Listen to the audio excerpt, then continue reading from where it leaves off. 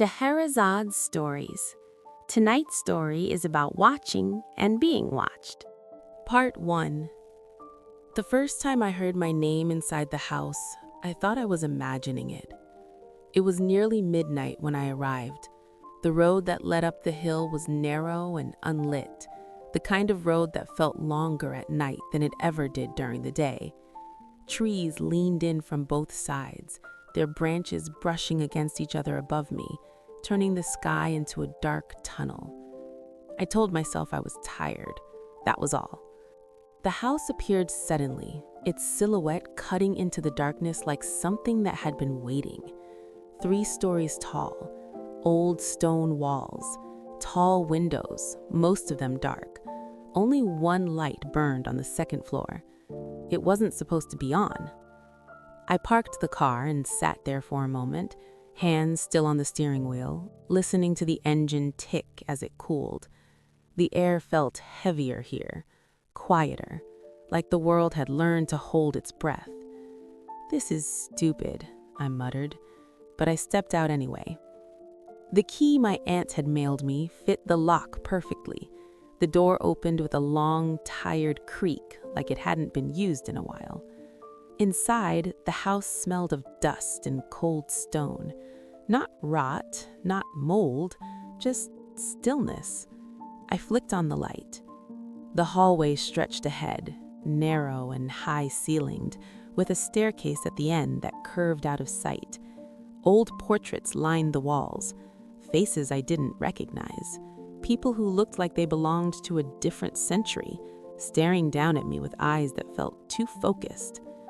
I carried my bag inside and closed the door behind me. The sound echoed.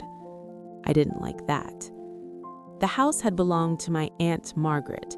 She had died 3 weeks earlier. No children, no close friends, and for reasons no one could explain, she had left the house to me. We weren't close. I'd seen her maybe 5 times in my life. Holiday visits, polite conversations, the kind where you talk about weather and work and never touch anything real. But the letter had been clear. "You should have this," she'd written. "You've always been good at listening." That line had bothered me. I wasn't good at listening. I was good at nodding. Still, I needed a place to stay while my apartment in the city was being renovated, and the house was free. So here I was. I carried my bag up the stairs, each step groaning under my weight, as if announcing me to the entire building. The guest bedroom was on the 2nd floor. My aunt had described it in her letter. The room with the blue curtains, she'd said. It was easy to find. The light was already on. I stopped at the doorway, heart beating faster than it should. The lamp beside the bed glowed softly, casting long shadows across the walls. The room was neat, too neat, like no one had touched anything since the last person left. "I turned that off," I whispered. I was sure of it. I stepped inside and set my bag down, then reached for the lamp and clicked it off. Darkness.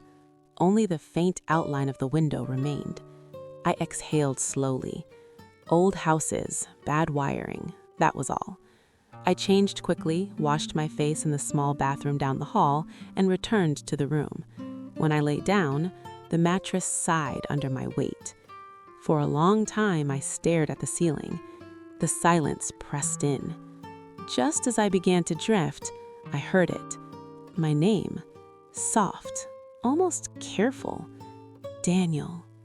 I sat up so fast, my head spun. The room was dark, empty. "Hello?" I called. No answer.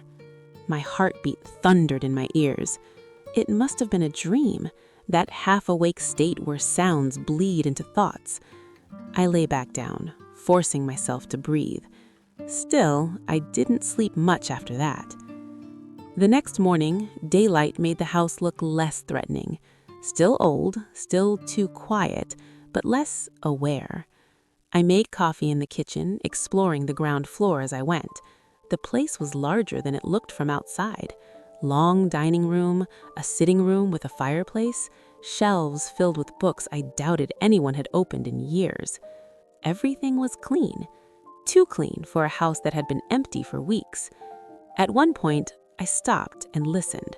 I could have sworn I heard movement upstairs, but when I climbed back up, every door was closed, every room empty. I shook my head. Get a grip. The day passed quietly. I unpacked a little, took a walk around the property.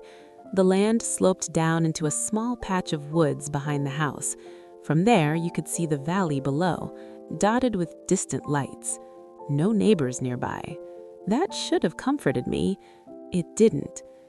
That evening, as I sat in the living room with a book I wasn't really reading, I noticed something strange.